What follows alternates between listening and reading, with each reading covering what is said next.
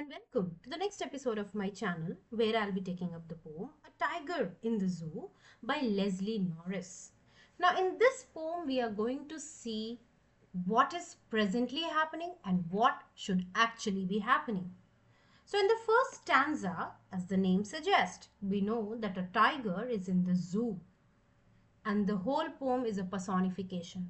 He stalks in his vivid stripes. So the tiger is stalking, he's walking. Vivid stripes, that is the stripes on his body.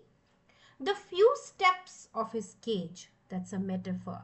So the tiger is walking up and down the small cage on pads of velvet quiet. Again, a metaphor. Now the tiger is making no noise at all as he's walking up and down the cage. Why? Because his paws are velvety in his quiet rage. Now, in quiet rage is oxymoron. Quiet and rage, two opposite words. Rage means anger. So, anger cannot be quiet. Okay, so the first stanza talks about the present scenario where the tiger is in the zoo. He's walking up and down the cage and he's making no noise at all. First thing, because of his velvety paws, and second thing, because he has decided not to express his anger. The second stanza talks about where he should actually be present. So, according to the poet, right now he should be in his correct habitat, somewhere hiding in the shadow, somewhere behind the long grass, or maybe near a water hole where all the other animals would come and drink water, where a plump deer would pass and maybe he can prey on the deer. So, actually, he should have been present somewhere there.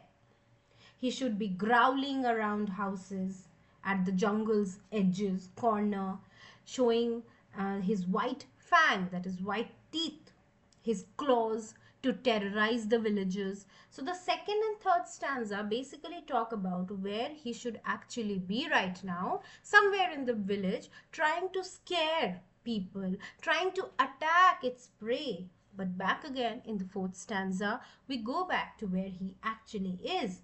He is locked in a concrete cell. Concrete cell is alliteration.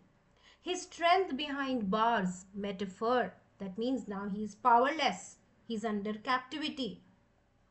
So he can do only one thing there. That is stalking the length of the cage, walking up and down the length of the cage, and he has decided to ignore visitors. Maybe he's done with their irritating behavior, their poking nature. He has just decided to ignore them. Now, at last, he hears the last voice at night, the patrolling cars, and that is when he stares with his brilliant eyes at the brilliant stars. Now, why does he look at the stars which are shining brilliantly? Because these stars actually are a symbol of hope. He looks at them, and when he looks at them, his eyes too start to shine because they fill him with a hope that one day he too will be free and go back to his natural habitat. So I hope you have understood.